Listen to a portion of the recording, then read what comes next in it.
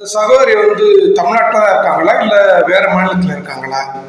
ஏம்மா இப்போ நடக்கிறது திமுக ஆட்சி இல்லைம்மா, அண்ணன் தளபதியோட ஆட்சி.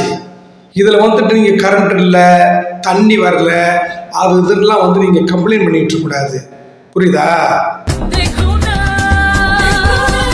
இந்த வச்சிக்க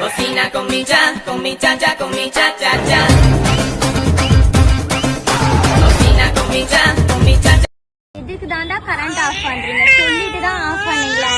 குழந்தைய வச்சு டெய்லியும் இந்த மாதிரி தான் 2 மணி நேரம் கரண்ட் ஆஃப் ஆகுது, அதுவும் ரெடில் சரௌண்டிங்ல. இப்ப இவளை கூட்டிட்டு இவ அழுவுறதால நாங்க ரவுண்டு போறோம். இந்த டைம் பாருங்க. என் பொண்ணு என்ன பண்ணாலும் சமாதானம் ஆகுற மாதிரி இல்லை. எங்களுக்கு வேற வழியே இல்லாமல் 11 மணிக்கு அவளை கூட்டிட்டு ரோட்டில் ரவுண்ட் அடிச்சிட்டு இருக்கோம் கரண்ட் இல்லாததால். இன்னைக்கு மட்டும் இல்லை, ரெடில் சரௌண்டிங்கில் இந்த மாதிரி தான் டெய்லியும் கரண்ட் ஆஃப் ஆகுது. கை குழந்தைய வச்சுட்டு நாங்கள் 11 மணிக்கு வேற வழியே இல்லாமல் சுற்றிட்டு இருக்கோம். நீங்கள் எல்லாம் ஓட்டு போட்டு தான் அந்த தளபதியை முதல்வர் நாட்களில் உட்கார வச்சிங்க.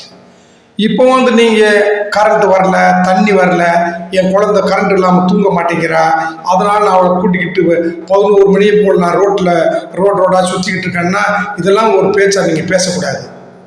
அவர் இப்போ தான் 1 மாதம் ஆகுது, இன்னும் ஒரு 6 மாதம் அவர் டைம் கேட்டிருக்காரு.